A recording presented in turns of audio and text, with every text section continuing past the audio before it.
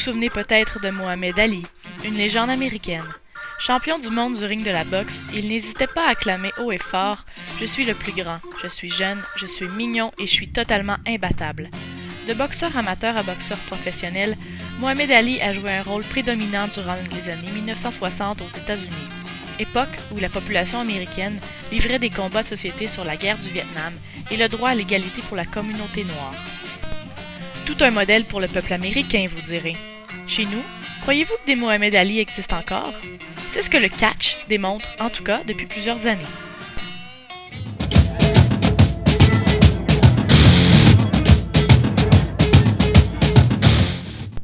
Nous sommes au centre Saint-Barthélemy dans le quartier Saint-Michel à Montréal. Un centre de loisirs où plusieurs familles se réunissent pour assister à l'événement du mois, le catch, ou si vous préférez, la lutte de sous-sol d'église. En fait, c'est comme un gros spectacle de lutte, combinant des performances sportives et théâtrales. C'est la NCW, la Northern Championship Wrestling, qui organise depuis maintenant 25 ans des combats de qualité. Au début, c'était plus dans le coin de Joliette. Maintenant, aujourd'hui, on fait, pas uniquement, mais pour la plupart du temps à Montréal. Le reste du temps, on peut se promener un peu vers Charles, Québec. On a fait Chicoutimi il n'y a pas trop longtemps.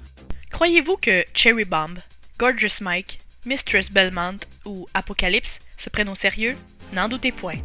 Tout comme Mohamed Ali, les lutteurs amateurs ont plusieurs entraînements par semaine et se préparent autant physiquement que mentalement avant chaque match. Pour Benjamin, la lutte a été une forme d'échappatoire pour sortir de la routine du travail et de l'école. Avec les années, il a senti que son implication devait aller plus loin qu'être simplement lutteur. C'est une expérience de vie bénévole qui est autant valable qu'une autre. La lutte peut aussi être une passion.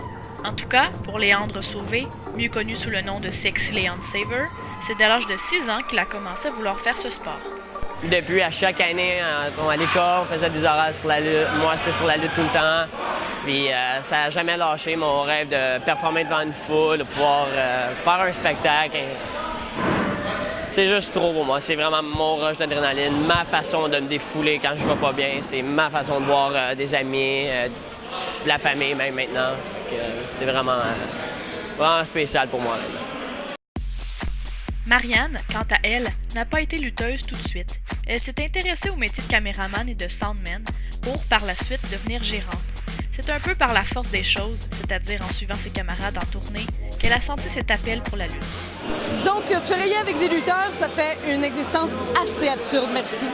Des beaux souvenirs, puis une fois de temps en temps, mais c'est ça, je reviens ici pour venir voir qu'est-ce que ça donne. J'aime particulièrement voir les high flyers. Aujourd'hui, il n'y a pas beaucoup de lutteurs que j'ai connus qui est encore là, à part dans l'administration, bien sûr, mais c'est toujours un plaisir de pouvoir revenir, aller voir tous ces merveilleux Craven et compagnie. Je les aime beaucoup. Voilà. Alors, qui sera votre modèle au prochain spectacle? À parier que ses enfants choisiront entre Batman, Iron Man ou Wonder Woman.